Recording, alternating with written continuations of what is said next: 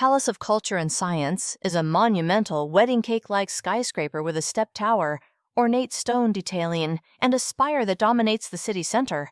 It is impossible to miss. The facade mixes grand colonnades and sculptural decoration with the vertical thrust of a classic high-rise. Built in the post-war era and long tied to the politics of its time, it has since become a lively, walk-in hub where you can catch a performance, browse exhibitions, or simply use it as your compass point in Warsaw. For many locals, it is both a landmark and a conversation starter, a gift from the Soviet Union that became one of Warsaw's most recognizable silhouettes.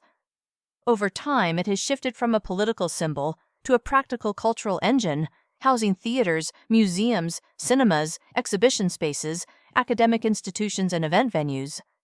Its presence in films, photography, posters, and everyday city navigation is so strong that it functions as a shared reference point, shaping how people imagine and describe Warsaw.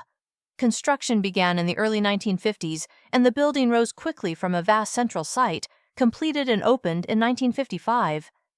It was designed in a socialist realist style with references to American skyscrapers and Polish historic architecture, and built with major participation from Soviet planners and specialists alongside Polish crews, making it one of the most ambitious post-war projects in the city.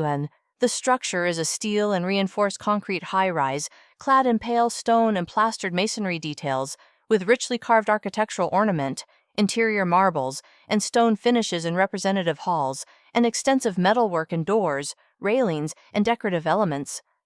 After opening, the interiors and tenants evolved as Warsaw changed. New cultural institutions moved in.